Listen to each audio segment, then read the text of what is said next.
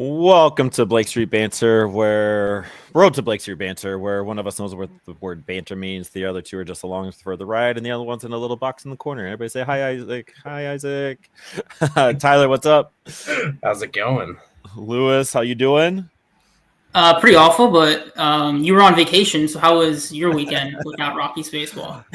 Honestly, it was pretty great. I still got my Rockies in. It's kind of nice because listening to it on the radio on the long drives, like that is like my happy place, and just baseball on the radio on long rides. It was 6 hours in the car with 4 kids, so I'm trying to find that peace whenever I can find it. And my wife doesn't hate baseball on in the background. She does not like my emo music, so it's a nice little balance act we play. So she heard me gripe about the Rockies a little bit. I'm just like, this is terrible. This isn't going well. And she's like, oh, they're bad this year? Yes, honey. And so was able to get little things out like that. But vacation was good. Everybody take a vacation. Everybody get yourself right whenever you need it. I didn't think I was going to go there, but the Jared Duran thing and the whole story behind that with the Netflix documentary was insane. And I think it's important to keep that in mind when you're talking junk and trash about players. Like, they still are human beings, and when you're told that you suck at your job every single day by millions of passionate people, it's going to take a toll. And so keep that in mind when you're talking trash and players see things and all that. And so try to not say kill yourself and like you should quit and all that. That's just not okay. Stuff rubs me the wrong way with people in my life that have struggled with suicidal ideations and all that kind of stuff. So that's my little PSA to be a good person, I guess. I don't know. That stuff hit home for me when I saw that. So that's out of the way. Just be a good person. That's all it comes down to. Huge shout out to you, Mike. Mike has been grinding. I know, Tyler, you put all the smart tweets out, but like Mike has got the graphic ready to go. Mike is on the Instagram. Mike is on the Twitter. Like, I feel very comfortable doing absolutely nothing for Blake Street Banter because I know Mike is doing his thing. So I need to give you props. We got to 3,000 on Twitter today. The Instagram is popping. We're up to 1,300 on there. Like, all the hard work going into kind of the stuff that you see, it's Mike doing his thing. So huge shout out to Mike. Everybody clap for Mike. Nice job, Mike. Just thank you. Thank you for doing the grind. And I think you deserve the recognition for what's been happening in the last few weeks. And then you're not following us on all the socials, on all the podcasts, on all the YouTubes, go ahead and click that follow button, subscribe button, like button, turn on automatic downloads, turn on all the good stuff, and share it with your mama. We are your mama's favorite podcast. She just does not know it yet. All right. Big news. Braxton Fulford, friend of the pod. I'm going to be spending so much money on these jerseys. It's insane. But Braxton Fulford got the call. Kind of surprises us all, Tyler. Like, not the name I was expecting when I saw the news that Chris Bryant on the IL. We'll get to that a little bit later. Who moved to the 60? Criswell officially moved to the 60-day IL. Did not have Braxton Fulford on my this early of a call-up card, but I am super stoked about it. 100%. I mean, he had 5 home runs already in AAA. Like, that might lead pro baseball. I haven't kept up with the home run leaderboards enough, but 5 homers in like 10 games roughly down there. And I don't even think he's played all 10 because he's a catcher and doesn't play every day. That is as good as you can start. And I mean, he's built up a reputation with this organization, so well deserved. But like you said, yeah, not in the cards today. That's not what I would have expected. But here we are. I'm stoked for him. So we'll see what happens. What's it mean for the major league level, Mike? Like, what do we expect from Fulford? What do we expect from Goody, Stallings? Like, this has a little bit of a ripple effect. Like, what should we expect from Fulford being up? I mean, I hope it lights a fire under some people. I mean, we all know what's happening right now at the Rockies level. No one's hitting the ball. Only Kyle Farmer is hitting the ball. This is a guy who, in the AAA, is hotter than Nick Kurtz, who is like, people are wondering why this guy isn't in the MLB. And granted, age is a thing. Some guys get hot. We got to put the bat in his hand and let him just go up there and bat. Because right now, he's on fire. So hopefully they give him some run time. It looks like the KB thing is only 10 days, is what Bud said. So it does kind of suck knowing he'll be right back down in 10 days, most likely. But let him get some at-bats in those 10 days. 100% agree. And Jack in the comments, thank you for hanging out with us on the YouTube, Jack. Appreciate that. 100% thought of Yankiel Fernandez when I saw KB to the IL, especially because Yankees on the 40-man already. I think why we saw Braxton is because of your second comment, would have left Fulford up with the Stallings DFA. I think the writing's on the wall that our time with Stallings is stalled. He hasn't hitting. His defense isn't very solid, very good right now. There's just not a lot of inspiring baseball in a veteran like Jacob Stallings. And we are seeing this youth movement. It is coming to fruition, as terrible as it's going. We're going to get into all that in a little bit. But why not bring up Braxton Fulford? Pitchers have said to us, to many people, that they like throwing to Braxton Fulford. Braxton Fulford calls a good game. Pretty solid defensively, not the best defensively behind the plate. I mean, we got Ronald Palma. Am I right, Isaac? We have some better defenders back there. But when you're not hitting with a lick, you are looking for any kind of inspiration. I think we see Braxton Fulford playing some catcher. I think we see Hunter Goodman playing some outfield. And I think Hunter Goodman can play first base as well when we see Michael Toglia struggling. There's some flexibility here, which we might not have been able to see with the Yankiel Fernandez. Yankiel Fernandez, he's playing right field every single day, or he's DHing. That's about all you can do. If you put Fulford, that allows you to move move him around. It allows you to give Toglia a breather and to get his swing right. Maybe we see Toglia drop down to AAA here in a little bit, see how that worked with Goody at first. I don't know.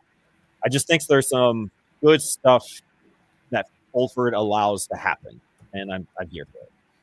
Yeah, I'm going to just read off some stats. His zone contact percent is 92%, elite. This is in AAA this year. Hard hit percent, 65%, 98th percentile. Barrel percent, he's 98th percentile. His WOBA, he's 100th percentile. No one's better than him in the AAA so far. His 90th percentile exit velocity is 106. His max is 111. Just insane numbers. You have to, if someone's doing that in AAA, we'll talk about Jaden Hill here soon. He's kind of the same, but you have to call that guy up. Just give him some runway. You know, in the MLB, we see good players come by randomly, and this could be a guy that no one really expected to come on the scene and become a good hitter in the MLB, but we could just have a little gem here. But please give him more than 10 games. Like, what are we... That's where it's going to get interesting, right? We were talking in the chat, like, what does this mean for KB? What's the insurance policy? You know, Boris' client is going to have an insurance policy on that contract. Maybe Tyler can get into the numbers on that. But Fulford also doesn't strike out very much. He had a 25% strikeout rate in 2023 when he jumped from Hartford and Spokane.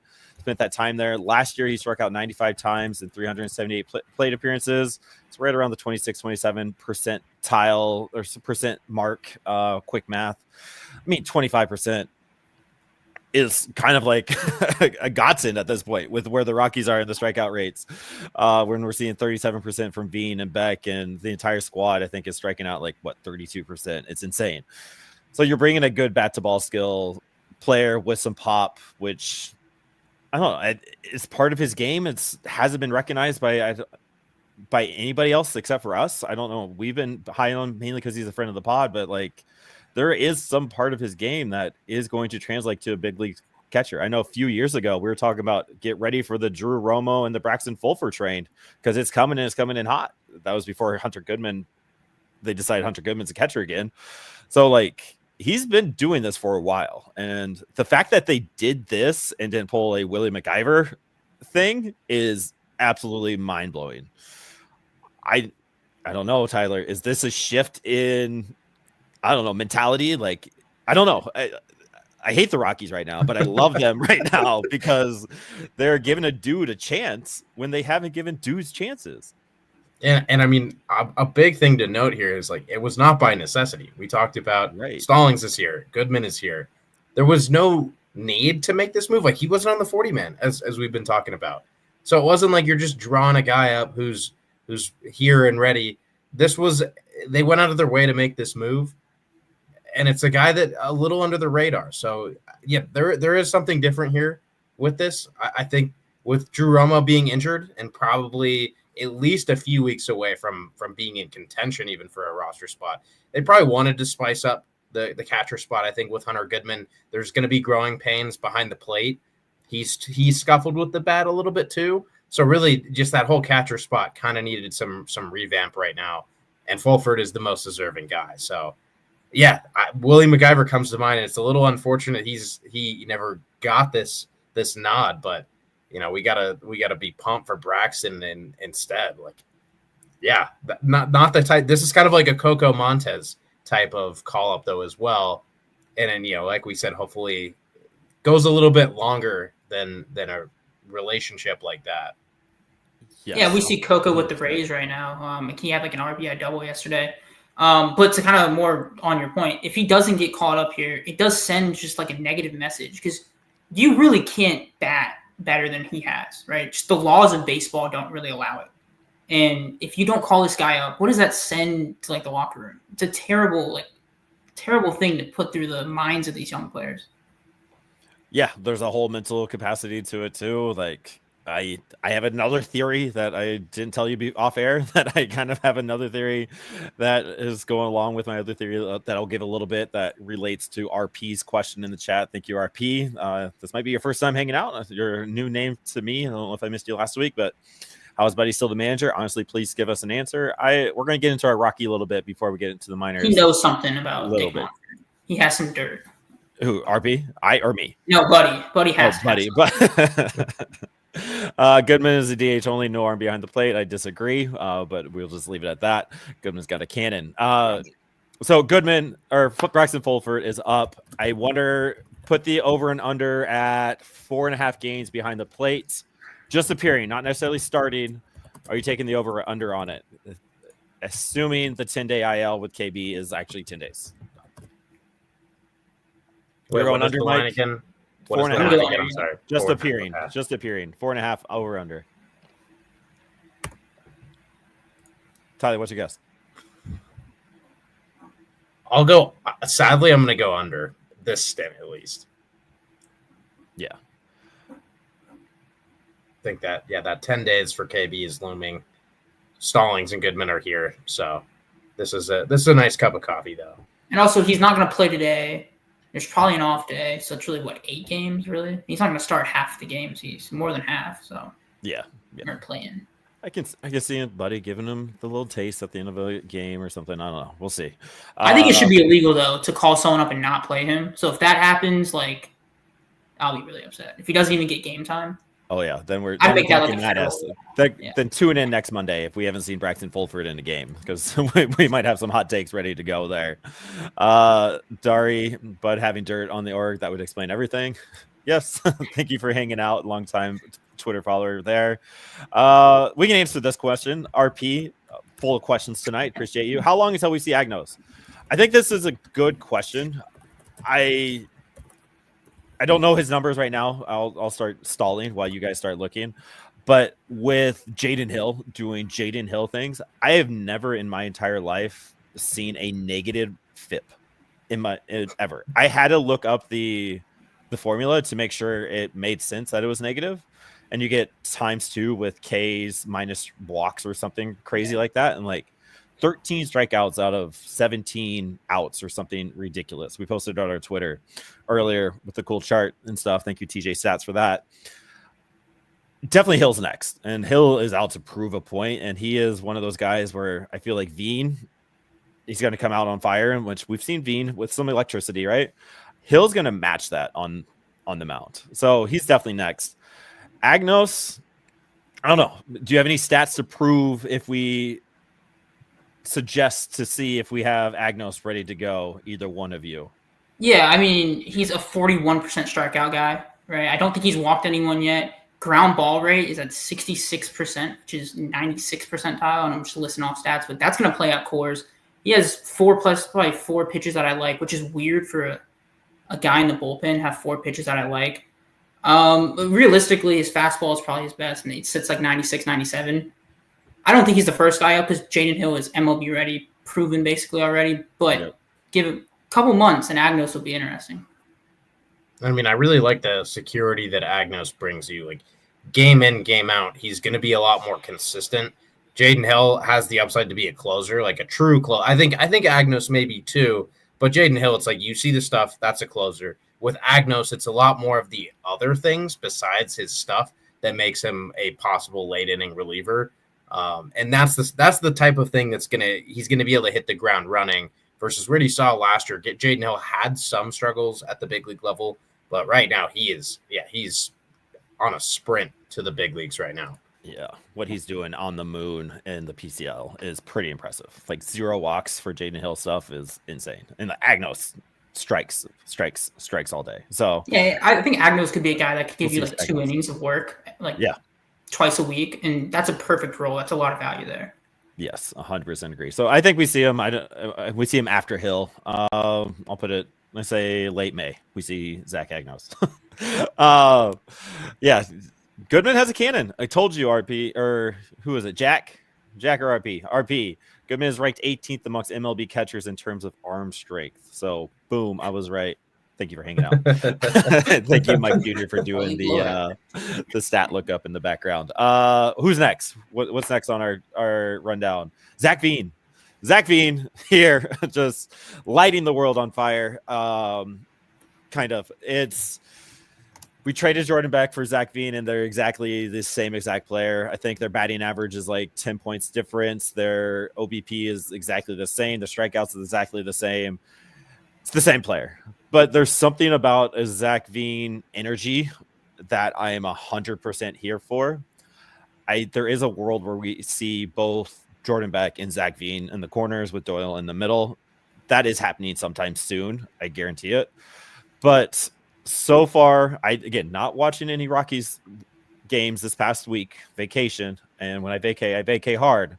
I keep the negative out of my life. So it's what has been bad. Let's give Mike the bad stuff. What has been bad about Zac Veen to start his MLB career? And then Tyler, you're going to give us the icing on the cake with the good there. Well, he has not been lighting up the world. He's been lighting something else, but it's just like the fastball's up and in. Like he just can't hit. It's something we've alluded to for the past like year and a half. And I don't really want to say too negative. He needs to get at bats. Like baseball, it's a sport. You can get streaky. You know, a week from now, he could be sitting with a 300 average, right? If he gets hot this week, and all of a sudden everything's fine. I want everybody who thinks it's over for Zac Veen to go look at Dylan Cruz's stats, right? He can't hit a slider right now. I think he's batting under 100 right now. So I don't think many people are worried about Dylan Cruz. So why be worried about Zac Veen? I think it's a fair way to put it. Bringing up Cruz. I mean, really, so far though, the good thing has been his speed. Like even he's only been on base 4 times, but when he has been on base, it's been clear this is a guy with disruptive speed, and almost less about the speed as much as just his instinct and his willingness to go wreak havoc and be crazy. And he should have had his first stolen base. He had a really good jump. I forget who was catching. They threw just this weird throw that was, basically to Veen's foot. And so it landed in the glove on Veen's foot or like his calf. Veen should have beaten that throw, but it was a pretty weird situation there. Speed's been there, but yeah, like Lewis mentioned, that up and in fastball, really just fastballs generally. Like he's been missing 92 down the pipe, and that had limited opportunities. So I'm sure that's going to change at some point. But against fastballs right now, he's running a 52.6 whiff percentage. So on less than half of his swings against fastballs, he's missed. That's going to change. That's the good thing. The bad thing is that even if it does change, that is a really, really low baseline. We'll see with Zac Veen. He did almost hit his first home run. He was like 10 feet short or a little bit less off the auxiliary scoreboard. But yeah, we need some change. I like Lewis's positive vibes though. Like he gets, hot for a couple of games. That averages 250 to 300. So, and you're smarter than both of us combined, Tyler. So how many at bats does it take to really gauge a Major League Baseball player and kind of like where the law of averages, so to speak, kind of work itself out?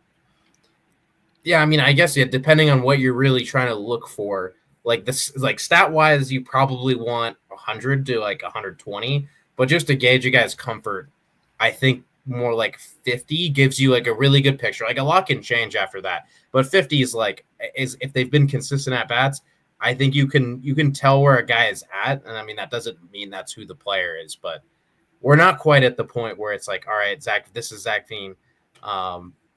So I would he's about halfway to that point where we're like, okay, we can make some assumptions and observations that actually hold weight. I mean, really though, it's even a lot more than that to make a strong, like when you're talking about prospects. So yeah, that makes sense. I mean, I'll say he has a higher OPS plus than Alec Boehm, so I'll give him that. It was 60 at bats. So wait, what's Alec Boehm's OPS plus? -4. Okay, because I just saw Zac Veen's and it's -2. Alec Boehm, man, that's tough. And that guy went through it this offseason with trade rumors all around him all the way through. Hopefully both of them figured out. Yeah. I think we're all on board with we much rather see Zac Veen struggle with electricity than Nick Martini every single day in the Jake Cave type era that we saw last year. No offense to Jake Cave, man of the people, love that guy. He's breaking right now. So yeah, he's doing work in Korea? Yeah. So like the fact that Zac Veen led off a game, which is crazy after it's bad outing, but I'm here for it. Like, give me Zac Veen all day. So I love it. Dari, I like this question because have you guys covered the article that mentioned a teammate was the one that spoke to Veen about changing his purple hair? I need to know why that teammate is against swag and aura. I have a theory. It wasn't a teammate that said it. I'm not going to say who I think it says, but if you've been listening, you probably can figure that out. I don't see a world where any player in the Rockies clubhouse during spring training is say, hey, get rid of that purple hair, dog. That ain't it. That seems like a big front office type thing, especially with kind of the go lucky, happy kind of vibes that the Rockies dugout kind of puts out there. So look, if we go 3 games in a row without scoring, and you're worried about purple hair making the team look bad, I don't know where we're at as like the mindset here, because purple hair, objectively awesome, right? We're the Rockies. Yeah, it makes 3 shutouts, objectively the worst thing in the world. So like I don't.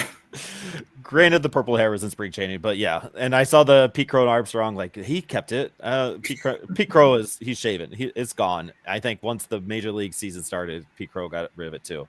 But for one thing, we are here for the swag and the aura. I still don't know what that means, but we're here for it. Drew Tate, thank you for hanging out in the YouTube chat. We're gonna see Rollison this year. Lefty reliever. Again, I'll stall again while you guys look up the stats. I know he's been pretty good. I know he had a 2-inning relief appearance early last week. That was pretty solid. I think he was player of the game from the Topes or even Mike's player of the game. But that lefty reliever struck out 2 or 3, low on walks. It feels very Rollison is finding his kind of groove in that relief part, right, Tyler? Yeah, he's been cooking. I mean, when you see high pedigree starters go to the bullpen, you usually see really good things. Like when their assignment is now simplified to get 6 guys out instead of get 15, 18, 21, whatever, everything changes. It's way easier. He has 13 strikeouts in 8 innings, just 2 walks, and he has gone multiple innings 4 times. He's basically gone 2 innings 4 times. I really like that. The idea of having a guy like that can go out there, throw 30, 40 pitches, get you 2 innings, and strike guys out too. I mean, we know he came into the pros with this nasty curveball. I don't know if the Rockies like to mess with curveballs, but he has strikeout stuff and might be able to throw a little bit harder than he otherwise would throwing 70 to 100 pitches. So yeah. I think we do see him. I think he's one of those next guys to get the call. And one thing we've been preaching since offseason was this bullpen's good. And it's not because of the major league talent. It's because there's major league talent at the AAA level that can fill in. So you can pick and choose a Ryan Rollison for a Jake O'Loughlin, a Hergert, whatever. So there's some wiggle room to play with this. So Ryan Rollison kind of proving that out there. Yeah, Taylor, Veen right now is giving you more than Tolia right now. whatever Tolia is fighting through those demons, I hope he finds a way to get past it because he is struggling mightily. I haven't read this. Do I want to read? Guys, please dedicate show to why Buddy Black is still managing this team. He has lost the team. The team has no injury. They need to change. Okay. RP, we'll get to it. There's royalty. What's up, Grant? All right. Taylor, we'll come back to you in a second. For sure. We'll get James on that. Yeah. Solo pod. Oh, yeah. Just James and a mic for 20 minutes. They'll be good. All right. Last but not least, another exciting debut. He's starting tonight. He started yesterday. Adael Amador, AA, is up. 8 walks to 4 strikeouts in the AAA season so far. I'm excited. And he played second base. His defense looked good. Yesterday? Sunday? Yeah, Sunday. Today's Monday, right? Yeah. He had the double play. I know that was the gripe. Like we've said it on the pod here. His defense hasn't always been both solid at second base. And I think he got told that at spring training, go fix this, continue your play discipline. You're going to get that call. He got the call up, which is fantastic. Mike, give us the good about Adael Amador in his 1 game appearance. And then Tyler, obviously there's not that much bad, but what can we expect from Amador? But Mike, you go first. Well, the good for him is, he's going to get a lot of work at second base with how the pitching is going and how the bullpen is. A lot of balls are going to be going his way. Also, another thing that's good, we talk about Kyle Farmer, Kyle Farmer this, Kyle Farmer that. Yeah, he's on a hot streak, but historically Kyle Farmer is a below average hitter. So I'm sure he's going to balance out to go back to that. He's got a big sample size. He's like 28, played for 5+ seasons. I think the runway is there. Again, it's a little tough because Kyle Farmer currently is the best hitter on the team. So you don't really want to take at-bats from that guy. But Thairo Estrada will be coming back. I don't know. I haven't heard about him in forever. I think late May. But I think Thairo, definitely a short-term stopgap, although I think he'll rake. Next year, I think it's wide open. So this is a good little introductory for him. And then, if he has to go back down to the Albuquerque, then that's fine. But next year, I want him on the team full-time. Hopefully. I mean, dude, I don't have anything bad. The bad, we did see the bad last year. I'll just let last year kind of speak for itself. But I tweeted one of my rare tweets just saying that he actually built up proper momentum this year. Last year he was struggling in AA. I think in 2023 dealt with a hand injury, might have been trying to rediscover himself a little bit in AA last year, and he gets called up to the big leagues and he's kind of out of water. He's swinging at a lot of first pitches. Chasing, just not getting good wood on the ball. And you mentioned 8 walks and 4 strikeouts so far in AAA this year. That is the Adael Amador that we know and love, and that's the type of player that can actually succeed at the big league level. And what's been surprising and very limited data so far, but his bat speed in this bat tracking era is pretty solid for kind of a littler guy. Who doesn't hit for a lot of power. So, I mean, that's where you do see that sneaky 10 to 15 home run power coming in. Also, the broadcast mentioned that he lost 15 pounds this offseason or something. Maybe he tried initially to bulk up to get more power, and now he's like, no, I want to be quick. I want to be efficient. And so that might be a little bit of a key for Amador on defense and just overall being more fluid. So I'm stoked for this. He's starting again tonight here in a little bit. So yeah, let's hope he gets that first hit of the year. And I remember last year was I think Keeper Ruiz has 400 batting average, whatever. I remember last year in AA, he was struggling really. First 2 months, he was just not really good. Wasn't hitting the ball, was striking out a good bit compared to what he normally does. And then he had 3 really good games, 2 home runs back to back. And then he gets called up as he's gaining momentum. Then he comes back, and now his momentum's gone. And I don't know why the Rockies did that. We had Aaron Schunk could have played second. We didn't have to ruin this guy's development for the season. But this season, like Tyler said, he has momentum. Granted, PCL. But, I mean, he's going to give you something we don't have. We spent this whole before the pod talking about how much we strike out and how ridiculous it is. And it's no secret. The Rockies do it every year. Amador isn't going to do that. He's going to give you professional at-bats. And then, especially if you compare it to what we normally get, it's going to look like a difference. It's going to be like something you've never seen before. So, happy for that. And after his call-up last year, he did go down to Hartford and really figured out, kind of like what you're saying. He continued kind of that momentum. There's a little stretch when he got down there, it was bad, but then it's all right, he's back. There's Amador. suck at Keith Law. So it was good feeling last year. I would also like to see Amador in the top 1 or 2 ready to go. That's good. Kyle Farmer in his 7th in the MLB batting average is playing DH again tonight. That's where he played last night. So his defense is out and his bat is in. When you're hitting, you're going to play. Can you imagine telling us Kyle Farmer would DH no, when we signed him? I mean, we had Elias Diaz and Jacob Stallings. Career 87 OPS plus hitter. Yeah, I mean, when you're hot, he's ready. I'll give him that. When you're hot, you're on the farm, you're doing your thing. Who is the backup option for Tolia if he continues to struggle for half a season? I mean, Keston here. We'll get to. It is not Keston. We'll touch a little bit down a little bit later. But Sterling Thompson is learning first base a little bit to maybe get that call stretch. But I think Hunter Goodman right now is number 2 on the depth chart, or a Kyle Farmer. I don't think Nick Martinez played first. But I think Kyle Farmer would probably be your 2A, and Hunter Goodman's your 2B type option out there. It's unreal that the Rockies, the first base position is like a second DH, right? You put someone that can slug, figure it out, really good hitter, but isn't an athlete. We have maybe it's like the least productive spot in our lineup is the first baseman right now with Chris Bryant and Tolia. I don't understand how that's possible. And then it's the same thing for the Isotopes. The first basemen just are not producing. I don't understand how it's a rant for a different pod. Oh, I love it. So, our frustrations are building. It is okay to let it out. This is a safe space for all. It is okay. Yeah, Sean Bouchard does have some first base experience, and Noah loves him a little Sean Bouchard in the lineup. So it's good. Yeah, right. Can Herman play first? I'm gonna check. Has Herman Marquez ever played a position? I kind of want to see Kyle Freeland out there. He's naturally left-handed.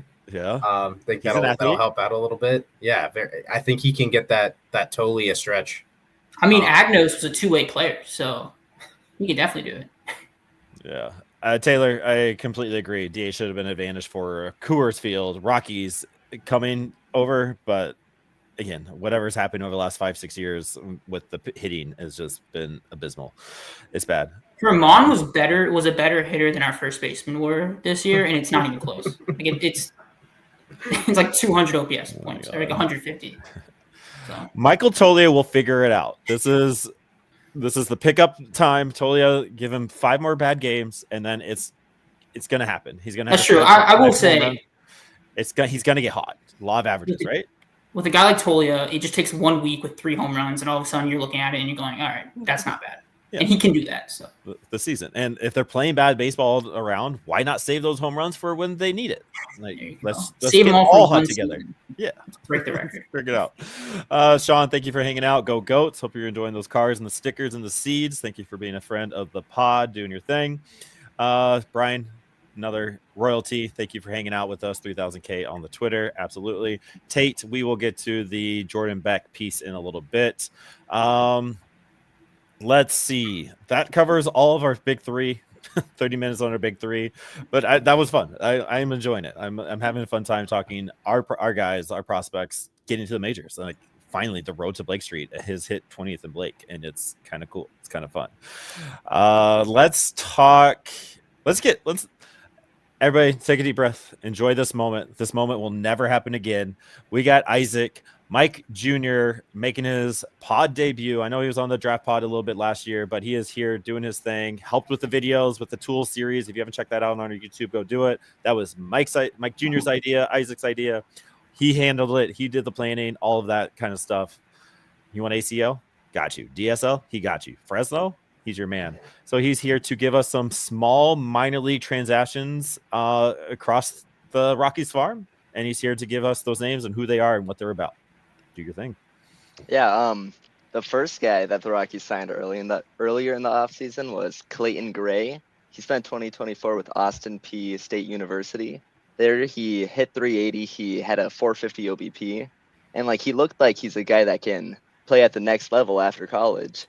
But standing 5'10", he's pretty undersized for an outfielder. Doesn't have as much power projection as you want from a outfielder in professional baseball, but his offensive stats are encouraging, and he had 18 home runs in 2024 as well in Division I. All of that was for the Atlantic Sun Conference, so it's not as if you're in the SEC or anything, but still like really fun stats. And the Rockies they liked him enough to call him up to Fresno right away. So that's encouraging.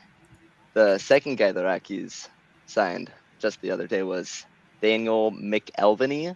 I think that's how you say his name. But he was a 6th rounder from out of high school in 2021. The Red Sox took him. And he was an athlete. He could play almost every position. Outfielder, catcher, corner, infield. Really solid guy. He's struggled hitting in his minor league career since 2021. Has never hit above 250. But he's shown encouraging signs with his discipline. He had a 16% walk rate in 2024 at the low A level, along with like a 26% strikeout rate. But that's to be expected if you're walking at that high of a level. He can be similar to a Jake Snyder type player, just in terms of an undeveloped hit tool and like really good discipline. If the Rockets can develop that hit tool, you could see why he was a 6th round pick in 2021. And I think that's really exciting. Yeah, they love these Flyers. You got Nicky Moniak in the majors, in the Flyers. So you got a 6th round pick from the Sox who they drafted him in 6th round. So hopefully there's something there. Hopefully it doesn't come out that the Rockies really had him as their number 3 3rd round draft pick ready to go, and they just miss out on him. We're still brought him back. But Isaac, thank you for that update around the minor league transactions. We're going to try to make that a thing when we can. And I believe one of those guys was talked about on your write-up this offseason, right? Clayton Gray was there, right? So along with Jimmy Hinderleiter from Clemson and Jimmy Obertop from the University of Michigan. Those are 2 guys we're going to see in the transactions page pretty soon, and probably in the ACL once the season begins. So we could talk about that later. Yeah, or go read about it right now on BlakeStreetBanter.com. Look up MILB transactions. Oh, what a terrible freeze! Oh, dude, I don't know if you guys saw that. That was a terrible freeze at 37 minutes and 6 seconds. Make sure you go back and see that. Isaac, thank you for doing that. We're gonna get you back on here, doing your thing more often. I don't know why I'm pressing the buttons. You're the button guy. All right, let's talk Rocks again. Safe space. Let's get it out. I have a theory. I have a take. I don't know if I'm hearing it a lot, but the rumblings are going around that there has to be a change, right? I'm sure there's people in the chat ready to go. Twitter's ready to go. There has to be a change in the managing side, like coaches, all of those, right? It has to happen. And our group chat was going off, right? I got called out by Noah. Hey, how's your optimism going, dog? Not his actual words, but it was, I'm the optimistic guy. I'm trying to find the good in everything. And it's been hard for me to do it. And it was, again, I listened to the baseball games in the car over the week. It's just been uninspired. Like you have this feeling when you're listening, just like, this isn't it. This isn't going to happen. And then I brought it up in the chat and just like, I'm not feeling it. I'm not seeing it. It's tough. People saying it's the owner's fault. This is never going to change, blah, blah, blah. I hate that argument. Like, you're a player, you're a coach. The owner handling all that shouldn't have anything to do with what you're doing on your own time, doing what you need to do to get better for yourself. Like, Chase Dollander wasn't created by the Rockies. Chase Dollander worked with people in the offseason to make Chase Dollander the best, and the Rockies are making him a little bit better to work in their system.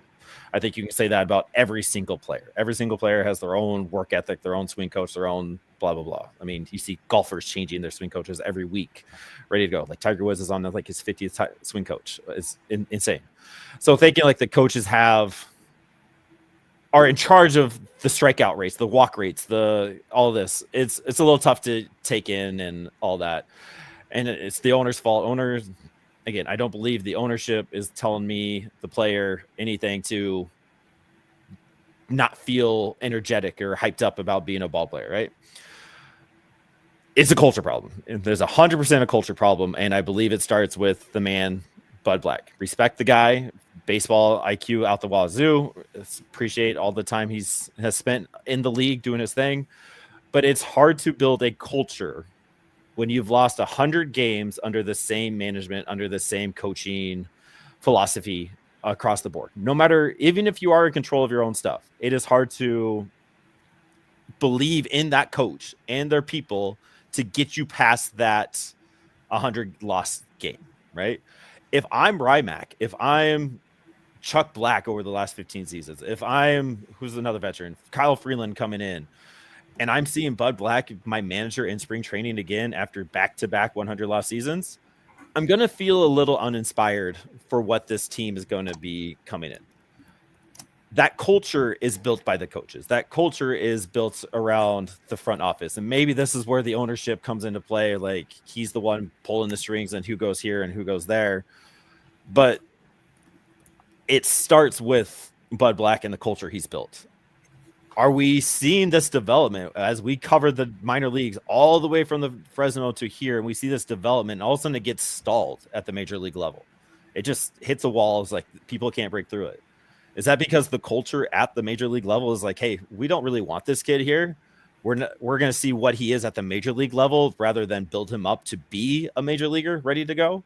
Or are we trying to evaluate him as a major leaguer in his first week or two? As a new kid on the block, and you finally get that call up and you're not getting the good vibes, the aura, so to speak, to build your confidence up in doing that, that's going to be hard to get past if you're not feeling that confidence ready to go. Right. And so I think like it's not coaching. Like, I'm sure Bud is a great coach. Schaefer's a good coach. Bam Bam has some decent tendencies, right? Strikeout rates beyond that. But it's the culture around that and the vibes around it. And no matter how much leadership you have in the clubhouse, that's not enough if the manager is not handling that culture piece. And so I think that's where I'm frustrated with it. Again, maybe it is the ownership. Maybe I just need to say it out loud. It's the ownership's fault for building that culture. And it's an old boys club, country club type style, which is very frustrating because that manager shouldn't be brought back because of the old vibes. So like, maybe it is Mr. Dick's fault for happening, but it's just frustrating here. And it's the ownership. Nothing's going to change till ownership changes. But like, I think if you get new blood, new coaching staff in there, I think you can change that culture and start setting it off. And rant. Okay. I agree. I think you make good points. For me, the way I connect it back is this coaching staff, and this is me being kind of naive about really what goes on in that clubhouse, in that locker room. This is not a technical coaching staff from like a modern technical standpoint. Like, they might know mechanics. They might know those real little nuanced details of the game that you might see. But I don't think that there is enough prep being, transferred from the front office, which the front office we can make fun of. But at the same time, it's been built up pretty substantially the last couple of years. They are getting a lot of information in there. I worry that information is not being put onto the field, and that is that coaching bridge. I don't think that that's there. I think that maybe on the pitching side a little bit more, they're really game planning how they're going to attack guys. I don't think that our hitters have a clue what they're doing when they're going up there. It's sort of just see the ball, hit the ball. Don't swing at the first pitch too often. Don't swing 3-0. Like, it's those real basic, like, fundamental baseball things going on, kind of freestyling it a little too much. Like, I'm sure they have a plan and whatnot, but I think the coaching staff, you need that coaching staff that is really ingraining, like, hey, let's break this pitcher down to a T and figure him out. We're not going to win every time, but hey, we might be able to, hit 250 against this guy instead of 90 for the series. So I think that, and that goes into your coaching point. That's my take on it. Not using analytics, and I see Jack in the chat kind of mentioning that.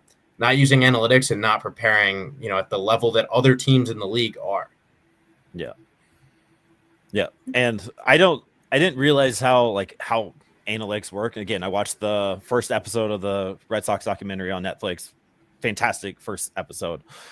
But the way they were talking about how Bayo should attack JP Crawford on the very first at bat of the season.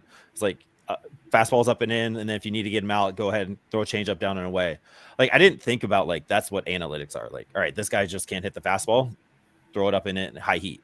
But no, you're like picking and choosing where to put the pitches and that kind of thing. Like, I would like to think that's happening at every major league clubhouse, but sometimes it doesn't feel like that. And you're missing some of that out and setting that tone. So like analytics, like it's more of just like knowing what exit velocity and stuff is. Like it's how to execute and using it. And we know the Rockies have it, but like how's it being used? How's it being taught to be used? I think is a whole nother thing too. And if that's not part of the culture, that's gonna bring everything down. So I don't know. Mike, you want to rant a little bit? You want to get? Yeah, I mean, you guys both said you guys kept it professional, I guess I'll say. No, like I grew up a Bucks fan, and we always sucked until we fired a coach, and then got Bruce Arians in, and then ever since then, like it's been like a world of difference. I can't even imagine. Like I still can't believe that we are like considered like a well-run team. Like it's still outrageous in my mind that the Tampa Bay Buccaneers are like a well-run. It's insane. But all it took was like that one firing or that one change that was needed. But all I'm saying is Gabe Kapler would not let this slide. So, and he's currently on the market as a manager, and he's won 100 games before. So I don't know if he's done anything weird in his past. So I really hope he hasn't. But I don't know why he's not a manager because he seems like a good fit for a team, especially like the Rockies. I think he's in Miami. I think he's in their front office now. Yeah. I think he pivoted. I think he's one of those strong personalities. Maybe that's why he kind of got pushed out of like the managerial side of things. But a guy like that though would be, I think would make waves in the Rockies organization. So I think it's good. And that's probably where the ownership is coming into play. It's like you're not going to make those waves. And like we all know, Warren Schaefer is next in line to be the coach. Everything feels like that, unless the Rockies pull the rug out from under us and pull the Nuggets and do their thing. Already down 2-0 against the Dodgers, whatever. Yeah. And haven't won it out yet. Yeah. We'll tune in later. And RP, Aaron, be nice. Just say it with me. I'm never going to call for a man's job. I think if it's brought to light that Buddy's not building the culture correctly and Buddy can fix that culture, Buddy keeps his job and like finding some kind of way. Like we saw it in Major League, the movie. Yes. you turned crazy nonsense into fun. And there is some that can be realistically applied. I mean, you're not pulling off little stickies off a cutout of a person, but then you brought in the kid manager in that Minnesota Twins movie. Great movie. Can't think of the name of it, but he came in and just had fun with it, built a different culture. And like, I don't know. Yes, they're movies, and I understand that's stupid that I'm saying it, but like you can change the culture by literally just saying, I am doing this wrong. There's something wrong here. Find the solution. Just try to find a solution for what that problem is. I've done it in my professional career many times. I have changed classrooms from terrible to good, all because I've attempted to do that. I believe a man at Buddy's stature could do something like that. Never going to call for a man's job, but there is definitely something wrong in that dugout culture that has to change because you've literally lost 250 games in 2 years. So that's gotta switch up. Yeah, and I said this last year. If it wasn't for the White Sox, like Dick Monfort needs to be thinking, like he needs to be sending letters to the White Sox. Thank you so much. If it wasn't for them being historically bad, this would be like the number one thing people talk about in terms of the bad side of baseball. Yeah. Also, we can't pick in the lottery next year. So. Yeah. That also hurts way more. But we have the 4th pick this year, so we have that. All right. In rant, moving on. Isotopes. Yeah, all right. Isotopes. We're at 48 minutes, 50 minutes. It's been kind of Rockies prospect kind of conversation. But Mike, you go first. Who was kind of your standout this week as we talk Albuquerque Isotopes? Well, my standout is currently on the MLB roster, so Braxton Fulford won Player of the Week this week for the Isotopes, but we all know how that went, so congrats to him. But I'm going to go Carson Palmquist, who made his 2nd start this year. First start was rough, walked a lot of hits given up. This start was a lot better. I don't know the exact stats. I think it was 2 earned runs in 6 innings or something like that. But his extension is elite, so although his fastball isn't the quickest, it's like 90, 91. It's going to look quick because the extension's long. I know that's something that is something beyond almost analytic-like, not really though, but he's just going to be a guy that's going to be a good 5th, and for us, that's like a good 3rd of the rotation guy. He's striking out a good bit because of that extension. He's a finesse pitcher, so you do worry about that. MLB debut. We saw Thomas Harrington, I think, made his debut and got lit up. We see that often. But he's a guy, like, 5 years from now, if he has, like, 15 WAR with, like 450 innings pitched, I wouldn't be shocked. Or 800 innings pitched, I wouldn't be shocked if he's just a solid pitcher throughout his career. Yeah, there's a lot to like about Carson Palmquist.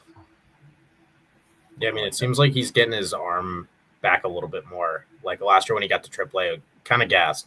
I think he's back throwing hard with some of those deceptive qualities that make him pretty dynamic. Who's your guy this week?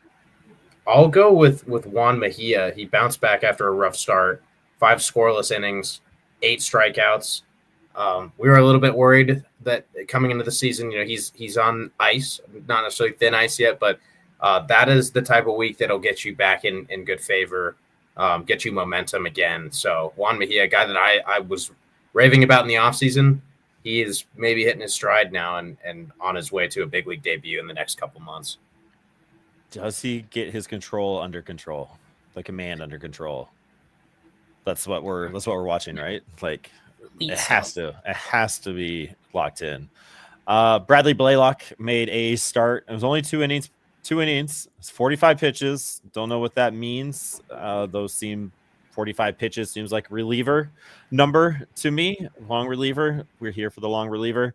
Don't know what that means, but allowed 4 walks, 2 strikeouts, 2 earned runs, 1 hit. Don't know what that means. You're at AAA. It's your first time in Moonland against the Sugarland Space Cowboys. The reigning AAA champions. Cowboys. Maybe a little nervous down there. So Bradley Blalock, one to watch, kind of a 6th, 7th starting pitcher right now. So who gets called up next? Bradley Blalock or Carson Palmquist? Say we have another injury to the staff. Well, it's got to be Blalock because the 40-man situation is what it's at. And we've already seen him. They already have his jersey made. The nameplate's already there. So they just got to switch it out. Cost is easy. Yeah. I mean, definitely an interesting thing going on, though, where they're trying to restretch him out into starter innings, but maybe he is kind of being kept in a hybrid role, whereas Palmquist is ready to let it rip already. So I think keeping an eye on his pitch count will be kind of telling. Yeah, seeing where that gets up to. Yeah, Blalock 100%. I agree. I think Blalock would be next up, but Palmquist will be up this year. He is one I believe we see again this year coming up. Other notables, Jaden Hill, dominant, call up soon. Yeah, probably 5.2 innings pitch, 1 earned run, 0 walks for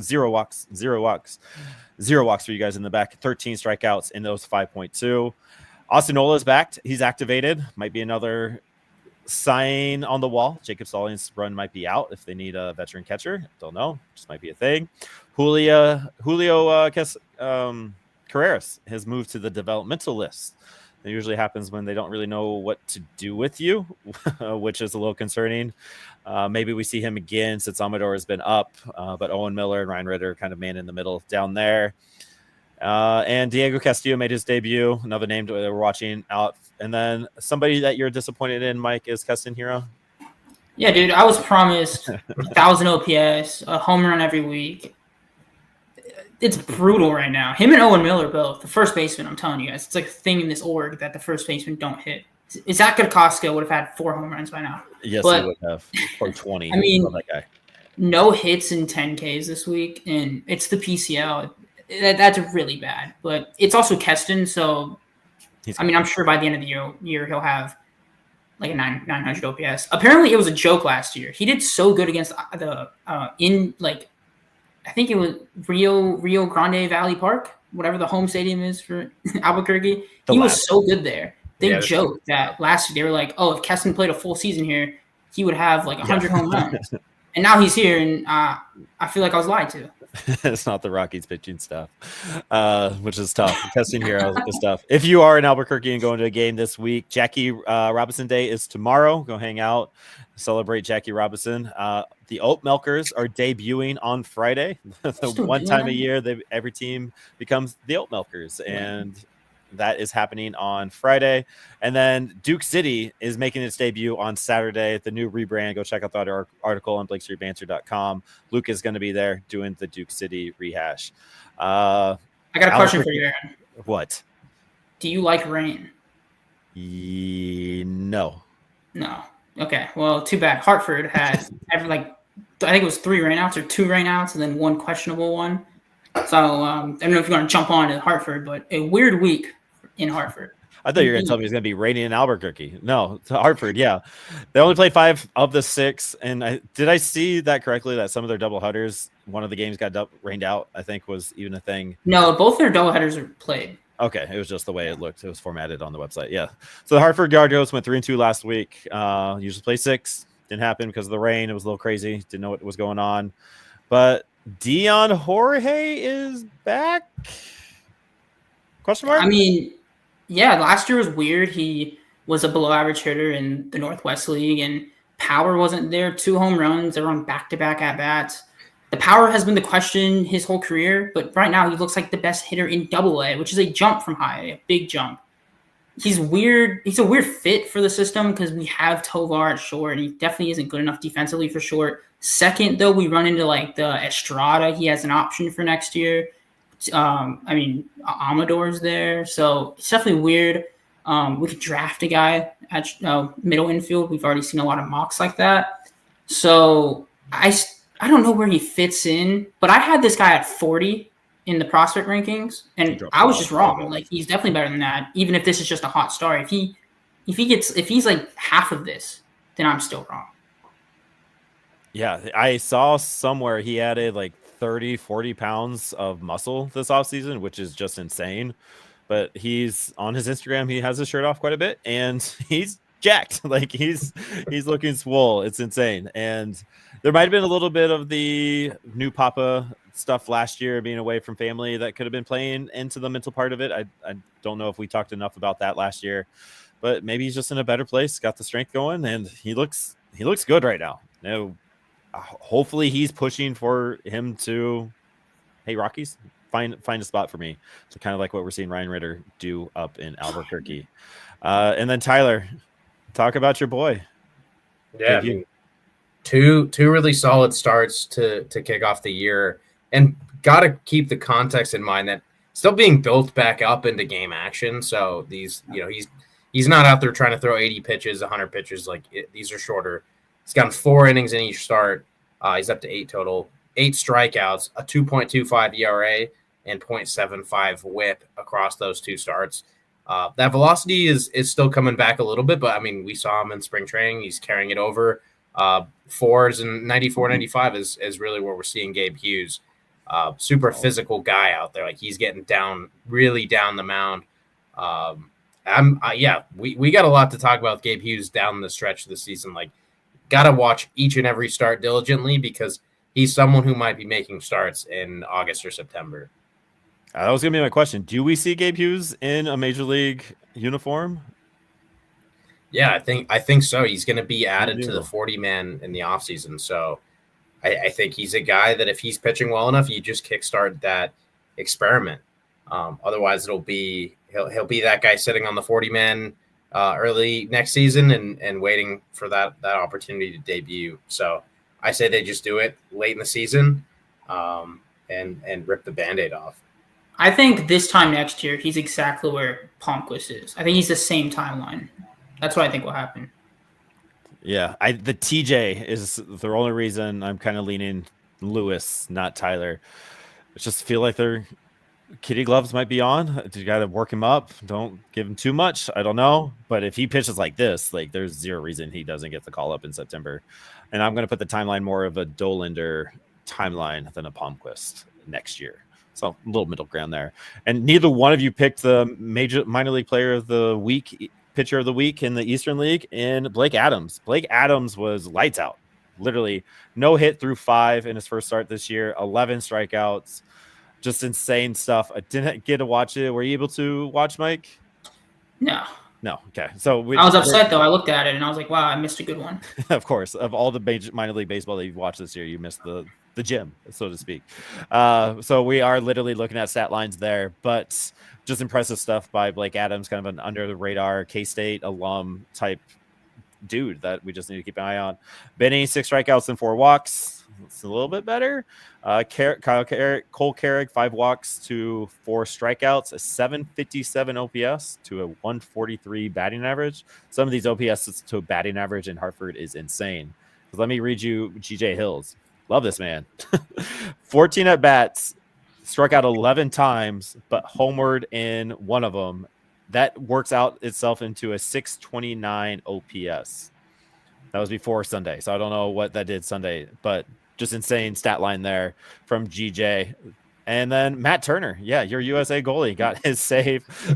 He liked your little meme that you posted on Instagram. That was awesome. He posted a story too. Yeah, that was sweet. But yeah, we have a Matt Turner in the system, saving closing games, doing his thing. If you are in Hartford this week, they have fireworks on Saturday, and they're raising up those living with Tourette syndrome with our friends at the Tourette Association of America. This is huge. This is big, important, because Connor Stain is somebody that battles with Tourette's every single day. Kind enough to spend an hour and a half with us last year, just hanging out, talking, banter session, talking to him. You wouldn't even have guessed it, but he's very open about it. And so I think that's a big day just to bring awareness to that. And I'm sure he's going to have some part into what those festivities, terrible word, those activities, the awareness that are brought up on Saturday. So get some fireworks and we'll learn a little bit more of how to work better with people that are fighting Tourette syndrome every single day. Spokane. Yeah, shout out Connor Stain, who was scheduled to start twice, and then both of them were rained out. And then he comes out on the third day. It wasn't the greatest start ever, but poor dude had to prepare 3 times for one minor league game. So. And then also, I must point out, that's a toll. Matt Turner did have an immaculate inning, 7th inning, the last inning of Wednesday's last game. So there you go. Immaculate inning, 9 pitches, 3 outs. Just beautiful. 3 strikeouts. That's awesome. Spokane Indians went 3-3 on the week. Neither one of you put something on there. So I'm going to go first while you guys go next. Prosecki delivered. Again, wasn't able to watch, but 4 shutouts, 7 strikeouts in his outing. That's my guy. That's one of our guys that we're watching every single week. He's mine. Just the strikeout ability came into play. Much better bounce back than last week when he pitched. So huge shout out to Michael Prosecki for getting back on the bump and getting 7 of the 12 strikeouts, which is just awesome. And I'll throw it over to Jared Thomas, and he had a fun week, not only because he had 10 hits, but he was at a game. I forget what day it was. He was warming up. I think someone yells his name. He turns around. There's a sign that's saying, "Jared, your first grade teacher is proud of you." So he's playing a game in Spokane. I want to say he's from Texas. Like he's not from the north. And his first grade teacher is at this game because I guess she took a job up in Spokane. He didn't know this was happening. His parents did, and they kind of orchestrated this. So I'm sure that's a fun full circle moment. Thinking back to you being a kid and these goals that you have, and the fact that you're actually getting to live out your dream now. And he's maximizing that dream. 925 OPS to open the year so far. This is a guy that barely played in Fresno. He only played 2 years in college. Like he's really speeding up his development track. Jared Thomas, I mean, he's a guy that can do it all a little bit. And what really is encouraging right now, I think his strikeout rate's about 16%, which maybe it's going to go up. Maybe that is where it's going to stick. The Rockies need more guys who are not striking out 20, 25% of the time. 16 is a really refreshing number to see. Yeah, that is. And yeah, he's from Texas, grew up in Texas. And I believe one of those hits was a walk-off hit. It got Spokane one of those 3 wins this week. It took off his shirt and everything. So. Yeah. Who's your guy? I'm going to go Braylon Wimmer. Just good with the bat. It's going to go for a high average. But he can play multiple positions, really any position, infield, outfield, probably the corner outfield most likely. Stole 4 bases this week, so I know that's like a big thing the Rockies are getting on. Caleb Hobson stole 4 of them, and I think the team stole like 8 or 9. So I just love guys that are fast on the base paths. They make sure you're focusing on the mound and can play multiple positions. I'm excited to see when this guy goes up to Hartford because I think this guy could really jump up our prospect rankings. Agreed. McCade Brown is back. 3 perfect innings with 6 Ks. Isaiah Kopay was spinning it. 4 innings pitched, 6 Ks, 1 earned run at that. They are playing it at Hillsboro, so no giveaways, no theme nights in Spokane. And then last but not least is the Fresno Grizzlies.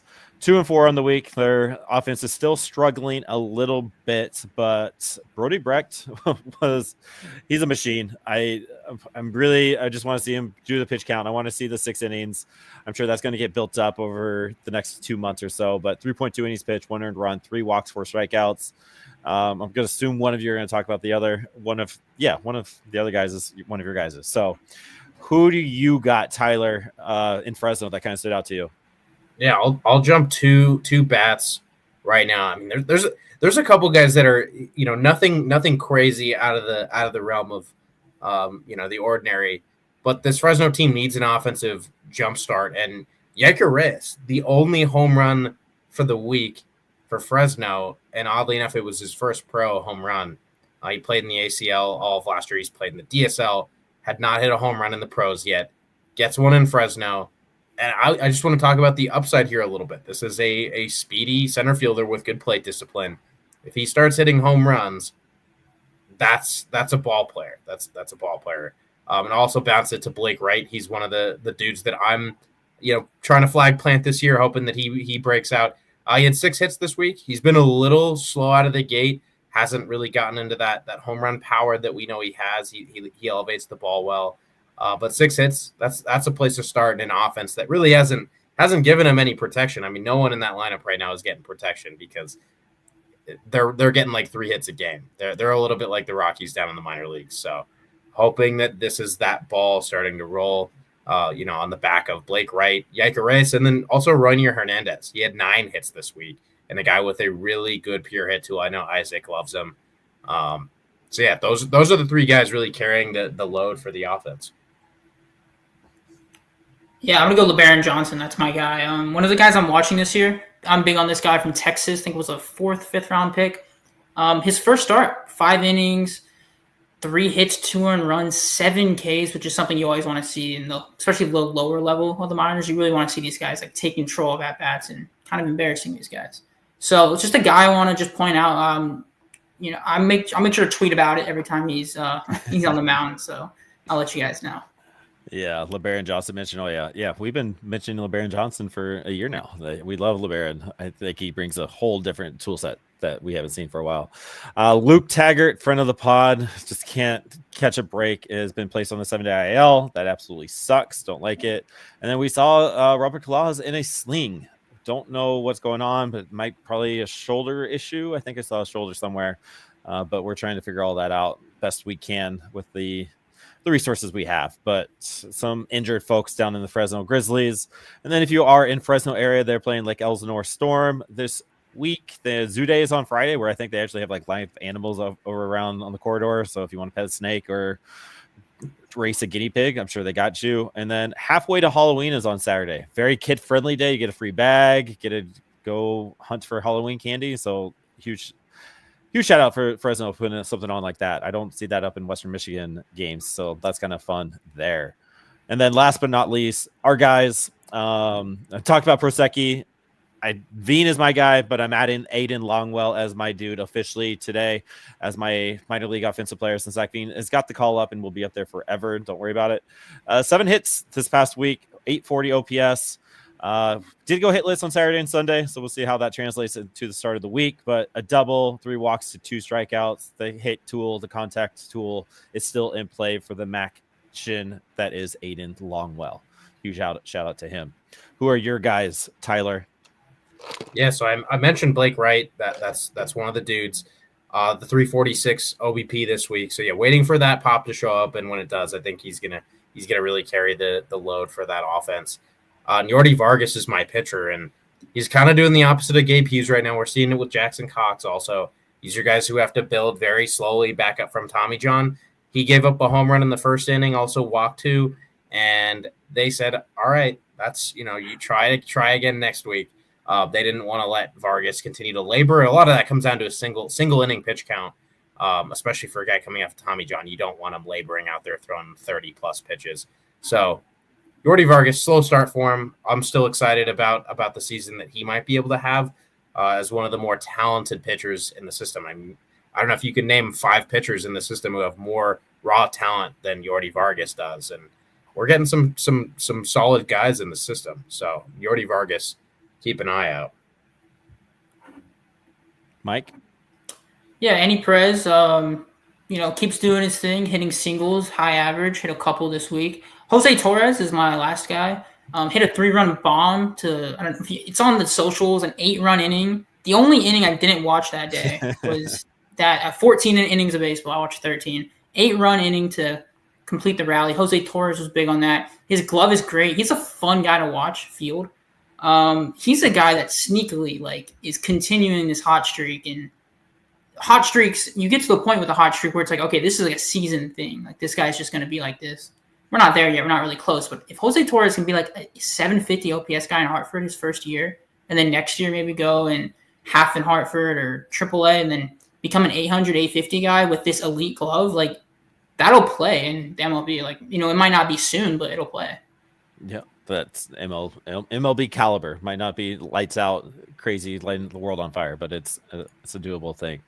Jose Torres was written up by Isaac, I believe, also in the MLB transactions page on Blake Street Banter. Who hasn't been written by Isaac? I know. Isaac is on top of it. It's insane. All right. Complex League starts May 3rd. I don't know if you guys want to point that out, but a couple more weeks. Well, you just did, so thank you. Watching the Rockies strike out. I don't know if I'm going to turn it on. But thank you for listening. Huge week for call-ups. Huge week for us, Blake Street Banter. We have both catchers and on the MLB roster are friends of the pod, so that's pretty dope. That's pretty cool for us. A little switch up in schedules. Wednesday is going to be a heavy day for Blake Street Banter. BSB boys, Patrick and Noah, will be Wednesday afternoon around 11 o'clock, I believe, on Mountain Time. And then the Best of the West with Skylar and Kenneth will be Wednesday night going live.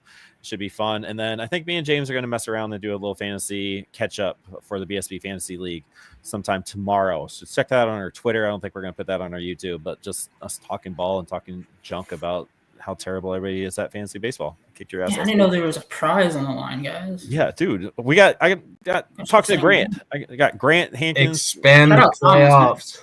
Expand the playoffs. I did not change any of the the defaults. So I'll look at that and see what happens. But so check out all the BSB stuff. It's always fun. And then we're trying to work with Josh Rogers to get a little behind the scenes action going. Scheduling for 3 dads is a little tough. I pulled Josh Rogers today and MLB The Show. I was like, well, nice. That's kind of cool. I know that guy.